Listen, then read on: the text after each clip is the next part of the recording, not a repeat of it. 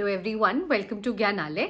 तो आइए आज अपने इस वीडियो में हम बात करते हैं 3-4 ऐसे क्वेश्चंस के बारे में जो कि हर दूसरा इंसान हर दूसरा एस्पिरेंट पूछ रहा है हमसे, चाहे फिर वो टेलीग्राम के माध्यम से हो या फिर कमेंट सेक्शन में आप देख सकते हो। हर कोई ये जानना चाह रहा है। 3-4 ऐसे नॉर्मल क्वेश्चंस है, आप कह सकते हो मोस्टली आस्क्ड क्वेश्चंस हैं, वेरी फ्रीक्वेंटली आस्क्ड क्वेश्चंस है जो कि सारे ही लोग पूछ रहे हैं।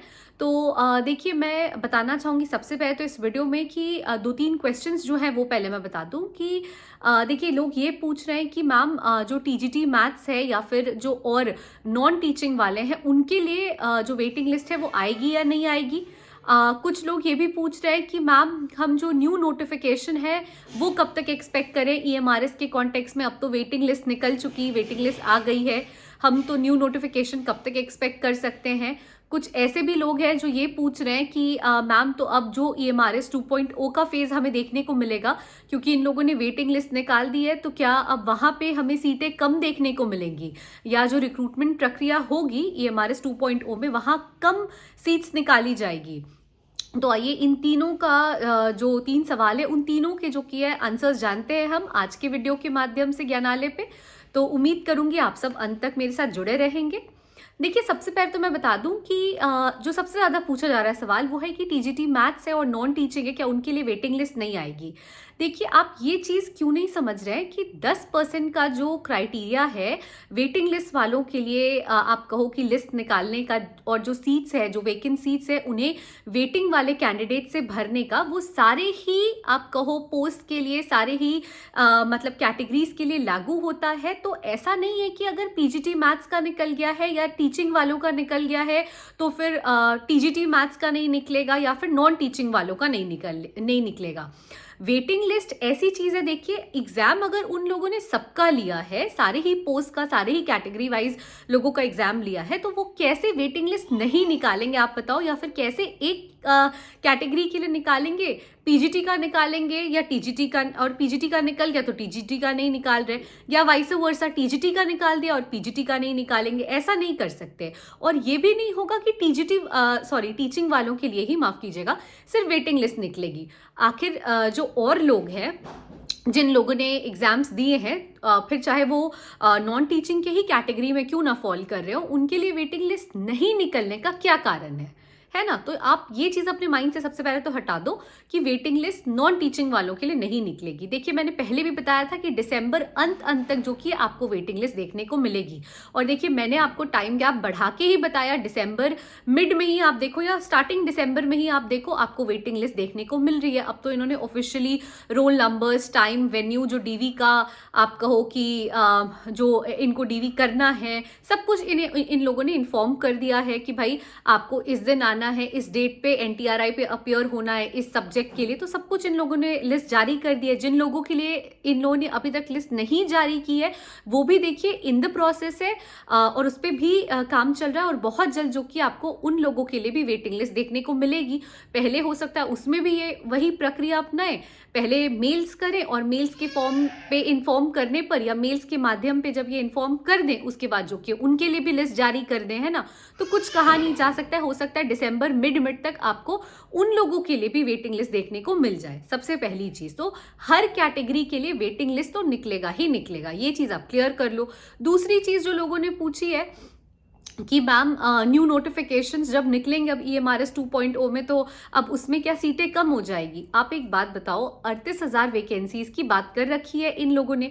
ट्राइबल स्टूडेंट्स के वेलफेयर की बात करते हैं, ये ट्राइबल स्टूडेंट्स के इन्हांसमेंट की बात करते हैं। वो इन्हांसमेंट कहाँ से होगा अगर टीचिंग वाले कम होंगे, या फिर अगर जो नॉन टीचिंग के ही जो कैंडिडेट्स हैं अगर वो वहाँ होंगे ही नहीं।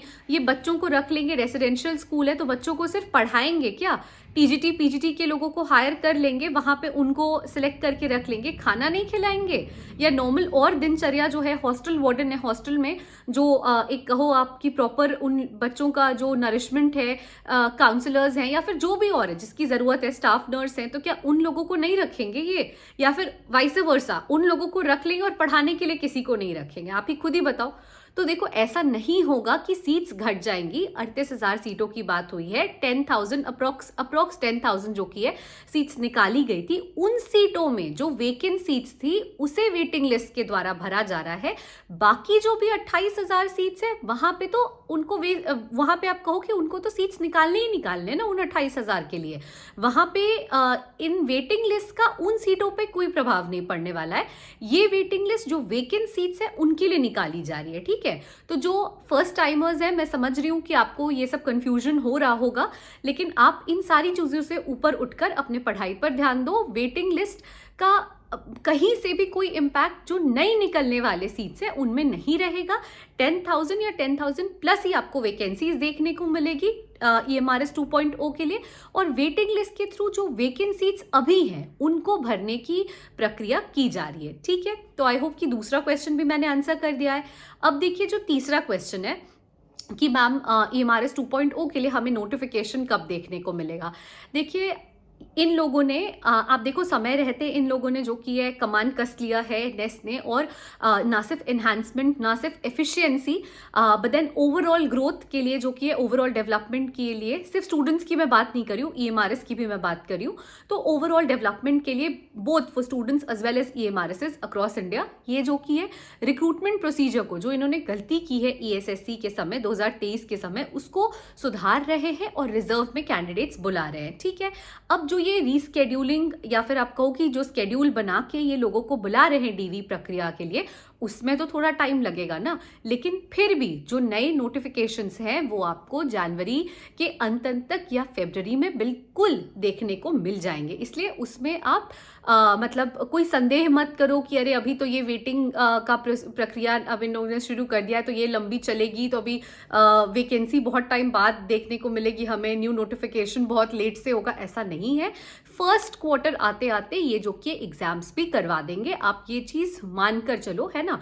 और पूरी उम्मीद है कि जो नई नोटिफिकेशन है EMRS 2.0 से रिलेटेड वो भी आपको जनवरी के अंत तक और बहुत ज़्यादा हुआ तो फरवरी तक ये खिंचेगा, उससे ज़्यादा ये नहीं खिंचेगा। तो आप पूरी उम्मीद लेके चलो, है ना, कि आपको जनवरी के अंत तक ही, माफ़ कीजिएगा, नई नोटिफिकेशंस देखने को मिल जाएगी EMRS 2.0 से related.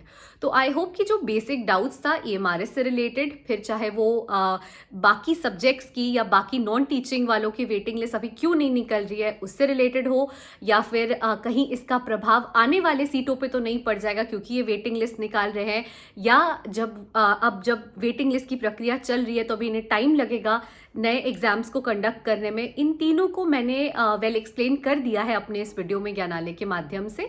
So thank you so much for staying tune till the and.